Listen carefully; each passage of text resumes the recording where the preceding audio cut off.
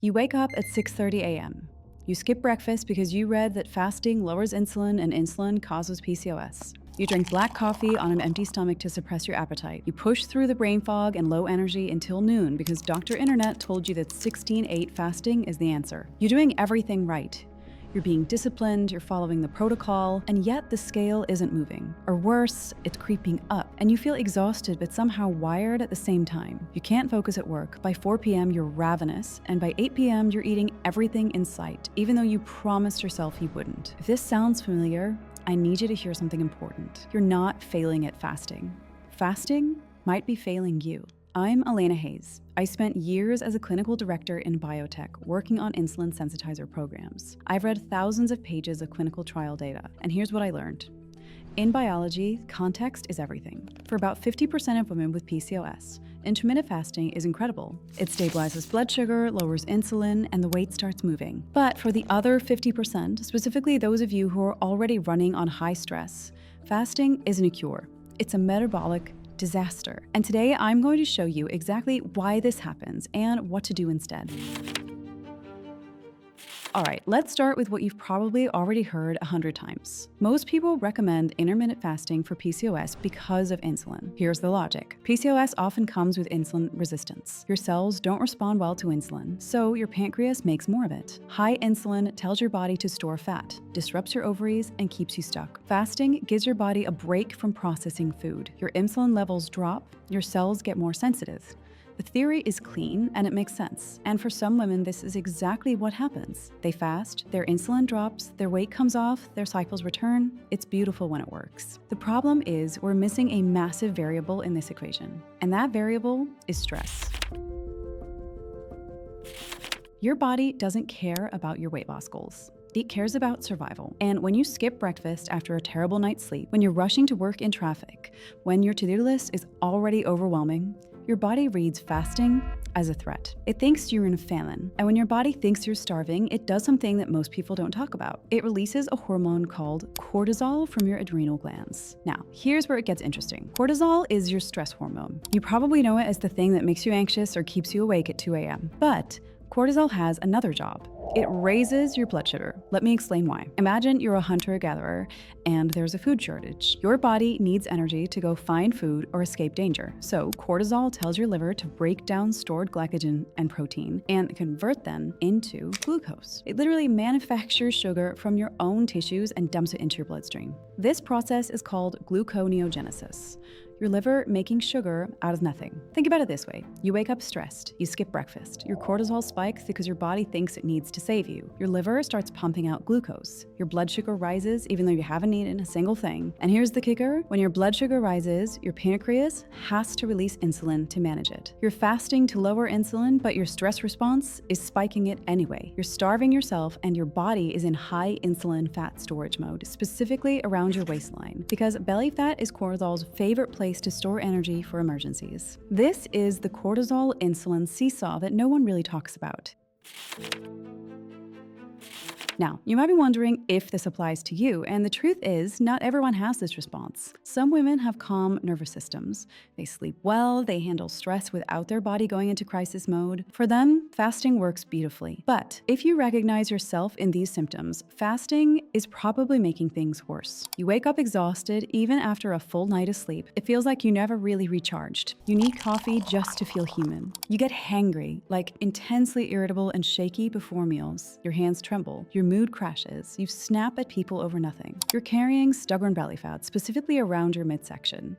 That visceral fat sits deep around your organs, the kinds that doesn't budge no matter how much cardio you do. You have intense cravings in the evening. You do fine all day, then at 7 or 8 p.m. you're standing in front of the fridge eating everything. It feels out of control, like you're fighting against yourself. If you're nodding along to 3 or more of these, your stress bucket is already full, and skipping breakfast is overflowing it. This isn't a lack of discipline. This isn't you being weak. This is a biological protective mechanism. Your body is trying to keep you safe from what it perceives as famine. It's doing exactly what it was designed to do. The problem is the signal you're sending doesn't match your actual situation. You're not in a famine, but your adrenal glands don't know that.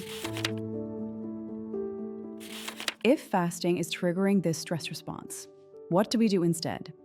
We need to send your body a different message.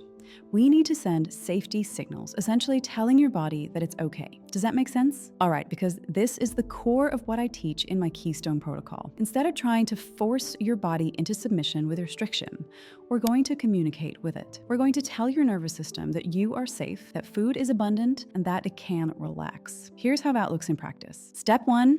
Eat a savory breakfast in the morning. I know this goes against everything you've been told, but hear me out. When you eat protein first thing in the morning, ideally at least 30 grams, you're telling your body that everything is fine. Food is here. There's no emergency. Your cortisol can stand down. This isn't about calories. This is about communication. Your body has been waiting all night for a signal that it's safe to start the day. When you give it that signal, your cortisol normalizes. Your blood sugar stays stable, and you don't get that mid-morning crash that sends you reaching for donuts at 10 a.m. I recommend savory because protein and fat together stabilize you better than carbs alone. Think eggs with vegetables, Greek yogurt with nuts, leftover chicken and avocado, something that feels substantial. Step 2, stop drinking coffee on an empty stomach. I love coffee. I'm not telling you to quit it, but caffeine on an empty stomach is essentially a stress signal. It activates the same pathways as cortisol. It tells your body to be alert, to mobilize energy, to prepare for action. When you pair coffee with food, especially protein and fat, you buffer that response. You get the focus and energy without the spike and crash, without the jittery anxiety, without the blood sugar roller coaster. Try having your coffee with your breakfast or right after. You'll notice the difference within days. Step 3, eat by the clock initially. This one feels weird to a lot of people, but it's crucial in the beginning. Your hunger hormones, ghrelin and leptin, are probably completely dysregulated right now. Ghrelin tells you when you're hungry. Leptin tells you when you're full. But if you've been restricting and binging for months or years, these signs are all scrambled. Eating at consistent times every day, whether you feel hungry or not, retrains these hormones. It teaches your body that food is predictable, that it doesn't need to panic and store everything as fat because another meal is coming in 4 hours. After a few weeks, your natural hunger cues will start to normalize, and then you can listen to your body. But right now, we need structure to create safety.